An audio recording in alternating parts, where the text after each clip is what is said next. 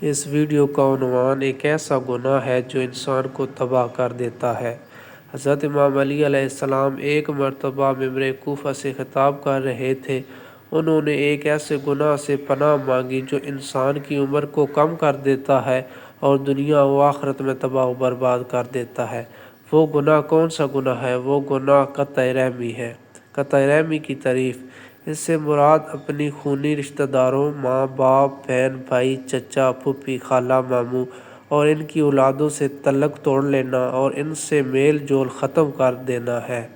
قرآن مجید میں 3 مقامات پر قطع رحمی کرنے والوں پر اللہ کی لعنت بھیجی گئی ہے، جس کا مطلب اللہ کی رحمت سے مکمل مایوسی ہے۔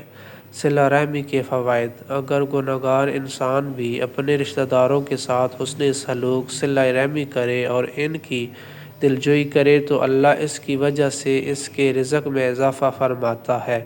صلہ رحمی کرنا دوسرے گناہوں میں اللہ کی طرف سے رعایت اور توبہ کی مہلت میں اضافے کا باعث بنتا ہے۔ غریب رشتہ داروں کی مدد کرنا رزق میں برکت اور اضافے کا سبب بنتا ہے۔ قطع رحمی کے نقصانات کیا ہیں؟ جو لوگ اپنے رشتہ داروں سے کٹ کر رہتے ہیں اور ان کا حال نہیں پوچھتے، خواہ وہ بظاہر متقی ہی کیوں نہ ہوں، اللہ انہیں درازی عمر سے محروم کر دیتا ہے۔ موت جلدی آتی ہے اور ان کے رزق میں کمی واقع ہوتی ہے۔ اگر ہماری ویڈیو آپ کو اچھی لگی ہے تو ہمارے چینل کو سبسکرائب کریں تاکہ آنے والی تمام ویڈیو آپ تک پہنچتی رہیں۔ شکریہ۔